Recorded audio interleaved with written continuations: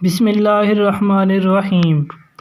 یعنی آدم کو جب اپنے قصور کا احساس ہوا اور انہوں نے نافرمانی سے پھر فرما برداری کی طرف رجوع کرنا چاہا اور ان کے دل میں یہ خواہش پیدا ہوئی کہ اپنے رب سے اپنی خطا معاف کرائیں، تو انہیں وہ الفاظ نہ ملتے تھے جن کے ساتھ وہ خطا بخشی کے لیے دعا کر سکتے۔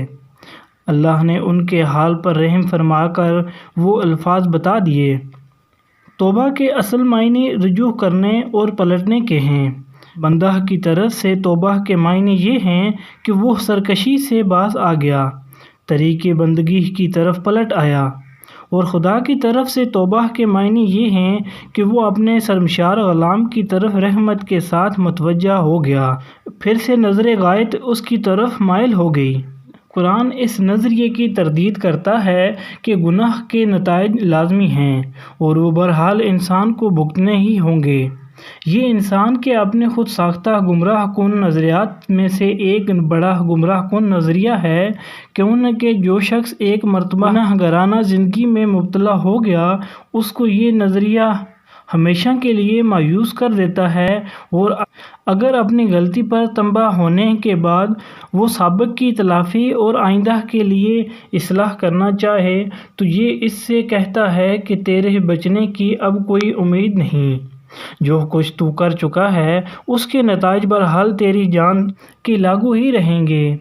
قرآن اس کے برعکس یہ بتاتا ہے کہ بھلائی کی جزا اور برائی کی سزا دینا بالکل اللہ کے اختیار میں ہے۔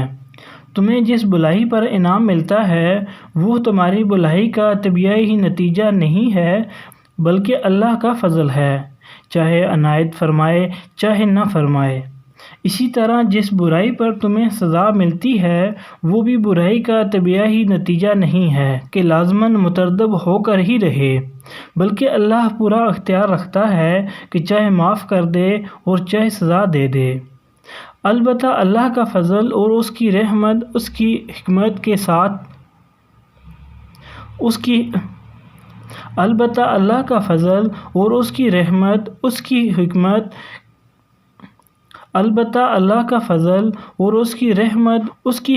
کے ساتھ ہمرشتہ ہے۔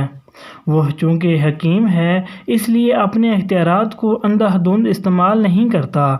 جب کسی بھلائی پر انعام دیتا ہے تو یہ دیکھ کر ایسا کرتا ہے کہ بندے نے سچی نیت کے ساتھ اس کی رضا کے لیے بھلائی کی تھی، اور جس بھلائی کو رد کر دیتا ہے اسے اس بنا پر رد کرتا ہے کہ اس کی ظاہری شکل بھلے کام کی سی تھی مگر اندر اپنے رب کی رضا جوئی کا خالص جذبہ نہ تھا۔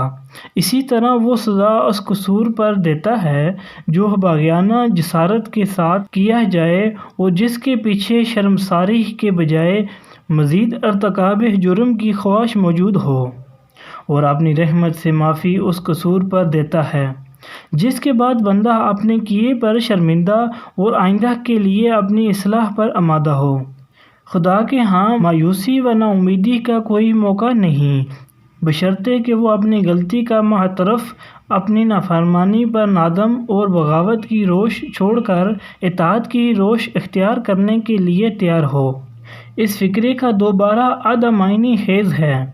اوپر کے فقرے میں یہ بتایا گیا ہے کہ آدم نے توبہ کی اور اللہ نے قبول کر لی۔ اس کے معنی یہ ہوئے کہ آدم اپنی نافرمانی پر عذاب کے مستحق نہ رہے۔ گناہ گاری کا جو داغ ان کے دامن پر لگ گیا تھا وہ دھو ڈالا گیا، نہ یہ داغ ان کے دامن پر رہا، نہ ان کی نسل کے دامن پر، اور نہ اس کی ضرورت پیش آئی کہ معاذ اللہ خدا کو اپنا اکلوتا بھیج کر نوع انسانی کا کفارہ ادا کرنے کے لیے سولی پر چڑھوانا پڑتا۔ برعکس اس کے کہ اللہ نے آدم علیہ السلام کی توبہ ہی قبول کرنے پر اکتفا نہ فرمایا بلکہ اس کے بعد انہیں نبوت سے بھی سرفراز کیا تاکہ وہ اپنی نسل کو سیدھا راستہ بتا کر جائیں۔ اب جو جنت سے نکلنے کا حکم پھر دہرایا گیا تو اس سے یہ بتانا مقصود ہے کہ قبول توبہ کا یہ مقتضا نہ تھا کہ آدم کو جنت ہی میں رہنے دیا جاتا اور زمین پر نہ اتارا جاتا۔ زمین ان کے لیے دارالعذاب نہ تھی، وہ یہاں سزا کے طور پر نہیں اتارے گئے بلکہ انہیں زمین کی خلافت ہی کے لیے پیدا کیا گیا تھا۔ جنت ان کی اصلی جائے قیام نہ تھی، وہاں سے نکلنے کا حکم ان کے لیے سزا کی حیثیت نہ رکھتا تھا، اصل تجویز تو ان کو زمین ہی پر اتارنے کی تھی۔ البتہ اس سے پہلے ان کو اس امتحان کی غرض سے جنت میں رکھا گیا تھا جس کا ذکر اوپر حاشیہ نمبر 48 میں کیا جا چکا ہے۔ آیات جمع ہے آیت کی۔ آیت کے اصل معنی اس نشانی یا علامت کے ہیں جو کسی چیز کی طرف رہنمائی کرے۔ قرآن میں یہ لفظ 4 مختلف معنوں میں آیا ہے۔ کہیں اس سے مراد محض علامت یا نشانی ہی ہے، کہیں آثار کائنات کو اللہ کی آیات کہا گیا ہے، کیونکہ مظاہر قدرت میں سے ہر چیز اس حقیقت کی طرف اشارہ کر رہی ہے جو اس ظاہری پردے کے پیچھے مستور ہے۔ کہیں ان معجزات کو آیات کہا گیا ہے جو انبیاء علیہ السلام لے کر آتے تھے، کیونکہ یہ معجزے دراصل اس بات کی علامت ہوتے تھے کہ یہ لوگ فرما روائے کائنات کے نمائندے ہیں۔ کہیں کتاب اللہ کے فکروں کو آیات کہا گیا ہے، کیونکہ وہ نہ صرف حق اور صداقت کی طرف رہنمائی کرتے ہیں بلکہ فی الحقیقت اللہ کی طرف سے جو کتاب بھی آتی ہے اس کے محض مضامین ہی میں نہیں، اس کے الفاظ اور انداز بیان اور طرز عبادت تک میں اس کے جلیل القدر منصف کی شخصیت کے آثار نمایاں طور پر محسوس ہوتے ہیں۔ ہر جگہ عبارت کے سیاق و سباق سے بآسانی معلوم ہو جاتا ہے کہ کہاں آیت کا لفظ کس معنی میں آیا ہے۔ یہ نسل انسانی کے حق میں ابتدائے افرینج سے قیامت تک کے لیے اللہ کا مستقل فرمان ہے، اور اسی کو تیسرے رکوع میں اللہ کے عہد سے تعبیر کیا گیا ہے۔ انسان کا کام خود راستہ تجویز کرنا نہیں ہے بلکہ بندہ اور خلیفہ ہونے کی دوگانہ حیثیتوں کے لحاظ سے وہ اس پر مامور ہے کہ اس راستے کی پیروی کرے جو اس کا رب اس کے لیے تجویز کرے، اور اس راستے کے معلوم ہونے کی 2 ہی صورتیں ہیں، یا تو کسی انسان کے پاس براہ راست اللہ کی طرف سے وحی آئے، یا پھر وہ اس انسان کا اتباع کرے جس کے پاس وحی آئی ہو۔ کوئی تیسری صورت یا معلوم ہونے کی نہیں ہے کہ رب کی رضا کس راہ میں ہے۔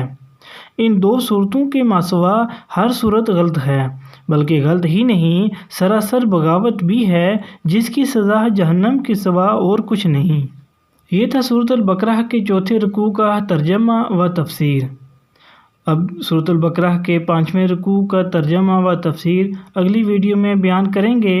آپ سے گزارش ہے کہ اس ویڈیو کو مکمل سننے کے بعد زیادہ سے زیادہ مسلمانوں کو شیئر کر دیں اور ہمارے چینل کو سبسکرائب کر لیں تاکہ پوری تفسیر قرآن آپ سن سکیں۔